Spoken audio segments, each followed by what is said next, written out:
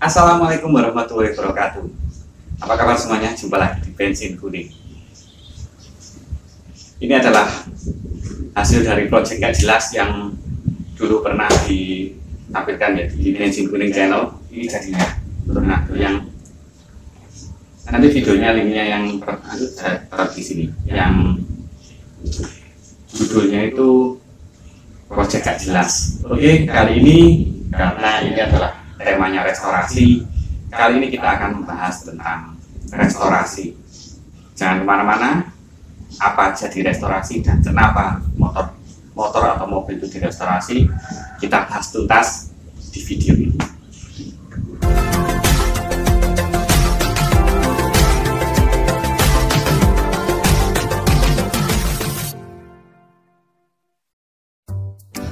Aktivitas perbaikan motor di bengkel restorasi belakangan ini kian meningkat. Mereka yang membawa motor ke bengkel spesialis restorasi ini umumnya ingin membangun motor dari kondisi yang jelek. Daripada motor tua menjadi barang rongsokan, lebih baik diperbaiki dan dikembalikan seperti kondisi awal keluar dari pabrik.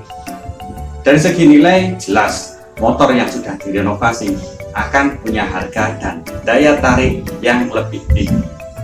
Belakangan para penggemar otomotif sedang berlomba-lomba melakukan restorasi sepeda motor atau mobil-mobil tua. Selain bertujuan untuk nostalgia, melakukan restorasi motor juga menjadi salah satu bisnis yang menjanjikan.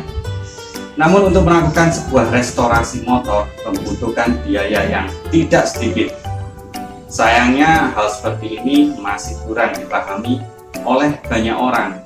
Kebanyakan mereka hanya berpikir jika melakukan restorasi motor itu ada hal yang mudah. Padahal sebenarnya punya kesulitan yang besar, terutama soal ketersediaan parts dan budget pemilik.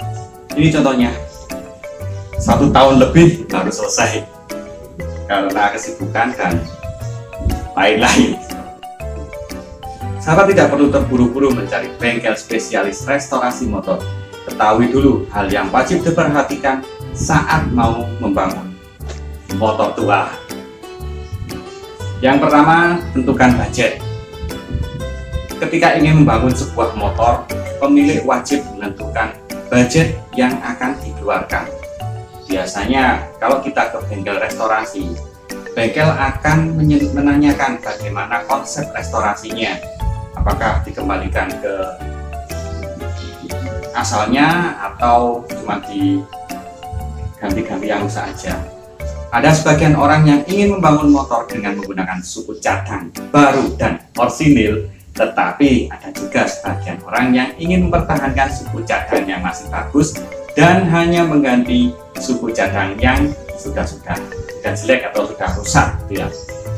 Jadi semuanya dikembalikan kepada sang pemilik motor. Jika hasilnya mau maksimal, akan lebih baik mengganti seluruh komponen lama dengan komponen yang baru.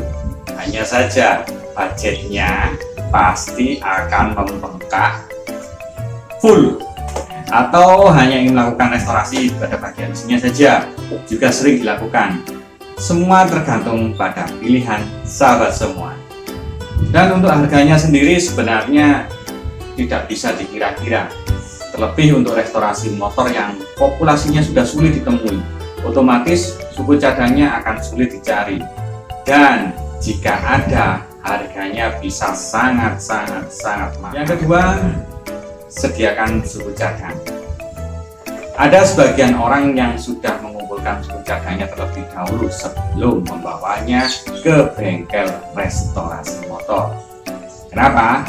Tujuannya adalah agar mempermudah pihak bengkel dalam melakukan proses membangun motor si pemilik tersebut.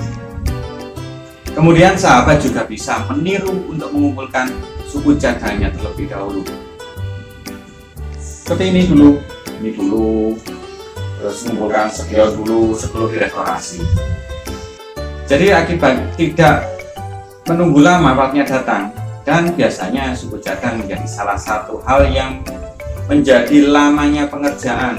Jadi ketika kita sudah mau garap ternyata suku cadangnya masih sulit dicari, atau mungkin pesan belum datang. Dan jika ingin mengumpulkan spare part, fokuslah kepada bagian yang ingin dicari. Misalkan kumpulkan suku cadang bagian bodi, mesin, aksesoris, kaki-kaki, atau bagian kelistrikannya aja. Dengan begitu, Anda sudah mempermudah kerja bengkel dalam melakukan pekerjaan, dan bengkel pun bisa dengan cepat mengerjakannya. Anda pun juga bisa senang karena pengerjaan tak butuh waktu lama, sebab semua kebutuhan suku cadang sudah Anda sediakan atau sudah terpenuhi. Kemudian yang ketiga, cari tahu bengkel restorasi. Jangan asal menaruh motor yang akan dibangun pada bengkel yang belum diketahui reputasinya. Hal ini bertujuan untuk menjaga dari hal yang tidak diinginkan. Ada beberapa bengkel nakal yang membangun motor dengan asal-asalan. Di sisi lain, pemilik motor jelas akan merasa kesal akibat sudah mempercayakan pada bengkel, namun hasilnya di luar ekspektasi mereka. Ya, di luar dugaan mereka. Nah, ada baiknya sahabat cari tahu lebih jauh tentang bengkel yang akan ditugaskan untuk merestorasi motor sahabat. Tanyakan kepada teman atau kerabat mengenai reputasi bengkel yang sudah dijadikan tujuan, alias bengkel yang menjadi target sahabat semua. Yang kemudian jangan lupa mencari referensi lebih dari satu bengkel agar mudah memilih bengkel, dan jangan segan untuk mendatangi langsung ke bengkelnya tersebut. Kenapa? Hal itu berguna untuk melihat hasil kerja dan berbincang dengan pemilik bengkel dan mekaniknya. Ya, dalam kata lain mungkin kita bisa konsultasikan enaknya motor kita mau dibuat apa sih, kan gitu. Dan jika sudah menemukan bengkel yang dirasa tepat, tidak perlu merasa sungkan untuk membicarakan mengenai kisaran biaya restorasi di bengkel tersebut.